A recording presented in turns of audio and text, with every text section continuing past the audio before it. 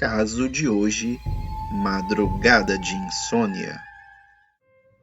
Olá, eu sou a Lúcia e vou contar um caso que aconteceu comigo há mais de 4 décadas. Foi na zona sul do Rio de Janeiro, onde eu moro até hoje. Apesar de tanto tempo decorrido, desde esse acontecimento, eu me lembro nitidamente de como tudo ocorreu. Em 1981, eu estava de mudança. Tinha acabado de me divorciar e preferi viver em outro local. Procurei bastante até conseguir encontrar um que não era muito longe da minha antiga residência.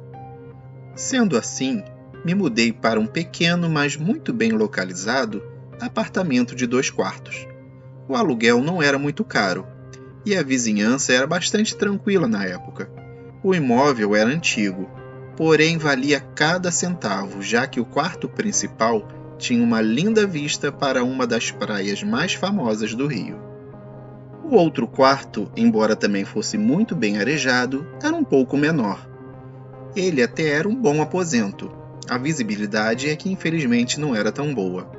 A janela dele ficava na parte de trás do prédio, tendo vista para os fundos de um outro apartamento de um setor distinto ao meu. Após uma semana da mudança, eu voltei a ter problemas com o sono. Eu, de vez em quando, tinha dificuldades para dormir.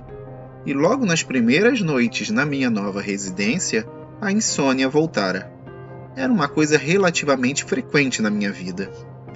Eu ficava procurando o que fazer, e como muitas vezes não tinha nada que interessasse ou prestasse na televisão, eu ficava fazendo algum artesanato, alguma coisa assim, que é um dos meus passatempos favoritos. Às vezes também ia até a janela me debruçar no peitoril para fumar e pensar na vida. Eu estava na janela do quarto da frente, mas naquela noite havia muita luminosidade vindo da rua. E como eu queria ficar em um ambiente um pouco mais escuro para descansar os olhos, fui até a janela do outro quarto, o quarto dos fundos, e fiquei lá fumando meu cigarro. Foi quando eu observei a minha vizinha do apartamento que ficava em frente ao meu quarto dos fundos, pela primeira vez, já que fazia apenas 2 semanas que eu me mudara. Ela estava na sua área de serviço, só que no escuro mesmo, assim como eu igualmente estava no meu apartamento, com as luzes apagadas. Parecia que ela estava muito preocupada, dava para ver por causa da sua atitude, pois ela ficava o tempo todo indo e voltando, de um lado para o outro da área de serviço. Às vezes ela parava e olhava para o chão e para as paredes. Apesar de estarmos ambas na penumbra, eu a via perfeitamente. Geralmente ela ficava com o braço meio levantado, com a mão no queixo e com o outro braço atravessado junto ao corpo. Ficava assim durante um tempo, estática. Depois voltava a andar de uma ponta a outra da área. Isso se repetia algumas vezes, até que ela resolvia adentrar o apartamento.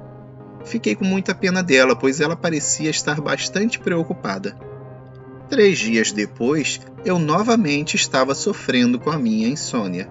E como de costume, resolvi fazer alguma coisa para passar o tempo. Decidi me distrair fazendo um bolo, e enquanto ele assava, fui fumar na janela da frente. De tanto vaguear pelo apartamento, eu acabei indo parar na janela do quarto dos fundos. E qual não foi a minha surpresa, quando a vizinha do apartamento, em que os fundos davam para os fundos do meu, estava ali novamente. Continuava demonstrando muita preocupação. Tentei até mesmo ver se ela percebia minha presença. Quem sabe poderíamos ficar amigas e ela desabafar comigo sobre as dificuldades que enfrentava. Afinal de contas, pelo seu jeito, ela deveria ter também muita insônia, assim como eu. Mas ela nunca olhava na minha direção, de tão preocupada com os seus problemas. Eu acabei de fumar e fui dormir. Passados poucos dias, eu estava novamente fumando de madrugada. E fui para a área de serviço. E outra vez ela estava ali. Mas desta vez, notei que ela estava bastante aborrecida. Parecia uma pessoa que estava precisando mesmo de muita ajuda. Sei lá, de uma palavra amiga pelo menos. Mas ela repetidamente ficava olhando para o chão, para as paredes, para o teto e depois virava e voltava, entrando pela cozinha novamente. Só que dessa vez não era tão tarde como nas outras ocasiões, comparando com as vezes anteriores, quando já era de madrugada.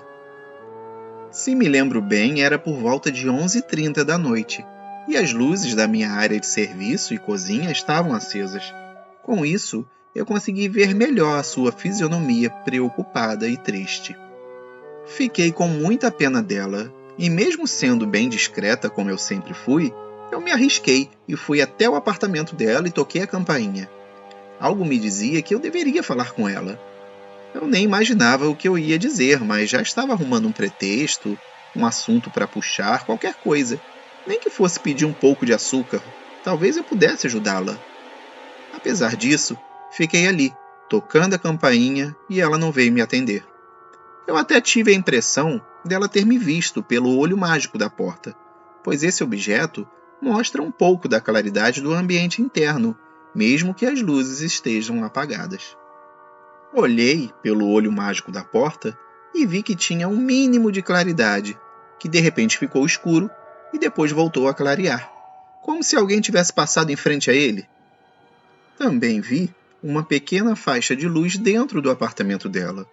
Essa luz, embora fraca, saía por baixo da porta de serviço da residência.